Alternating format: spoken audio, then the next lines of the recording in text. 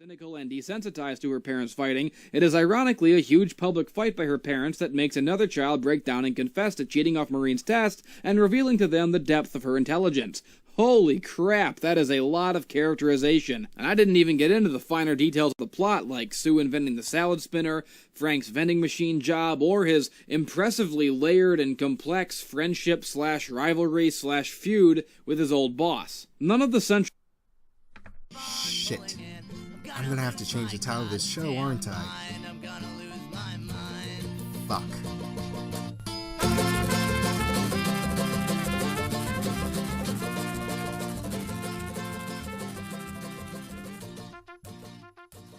Okay, so it's like this. I basically categorize all the art I love into two categories.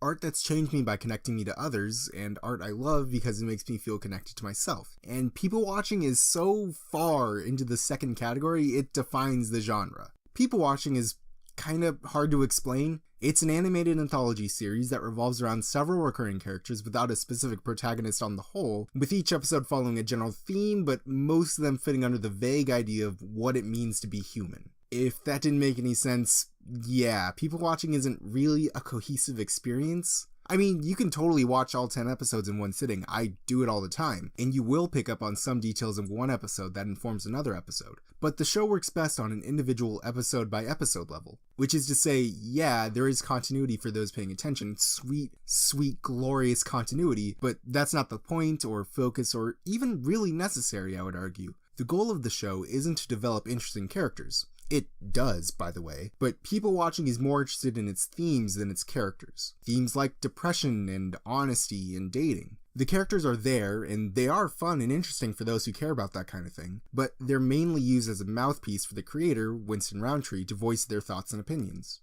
This is gonna sound like a harsh criticism when it's really not, but people watching could have easily just been a series of essays. Which I know sounds like I'm saying Citizen Kane could have just been a script, but once you watch People Watching, I'm sure you'll understand what I mean.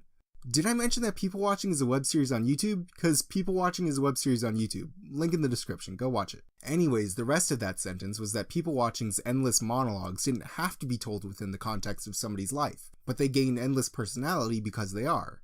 Let me explain. Of course, episode 1 could have just been a video essay about how everybody lies, and it would have been just fine. Take away the visuals and make Candy say all the lines, and People Watching is still worth watching. But Winston gave us characters, and they gave us context. They gave us a reason to care. It turns what could have been a 10-minute essay on honesty and authenticity into a tragic tale of several characters trying to find love.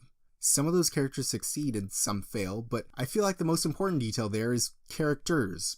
Plural. Again, episode 1 could have just been told from Joan's perspective, and it would have been just fine. But watching the same story unfold from multiple points of view doesn't just let Roundtree get away with presenting multiple viewpoints, it also leads to some pretty relatable moments, as well as help reinforce what is arguably the overarching goal of the show, to make its audience feel less alone. And I really wish there was a way to word that didn't sound like I was projecting, but yeah.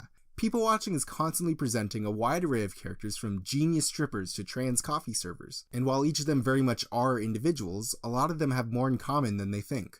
Most of them express feelings of loneliness or not belonging into society due to something that's ultimately inconsequential, because the person sitting next to them has the exact same fear. In episode 1, we see a bar filled with people who are too scared to be themselves for fear of ending up alone, which ironically is why they're alone. Episode 7 ends with a collective internal monologue that reveals that all of the characters were thinking the exact same thing.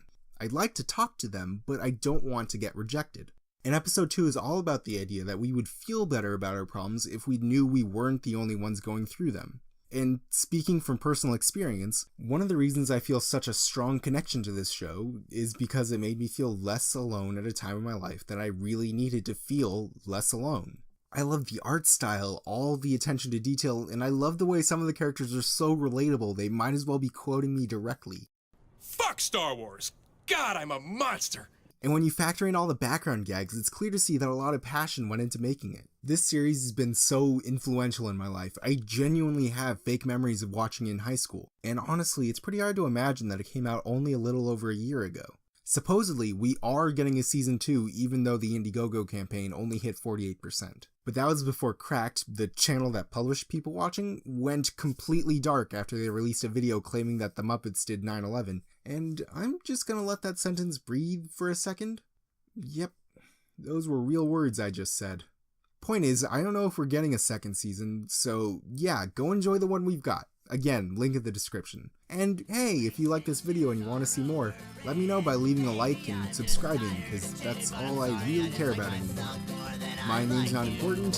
Thank you for watching. Call me antisocial, call it masturbation. Either way, it's a solo operation.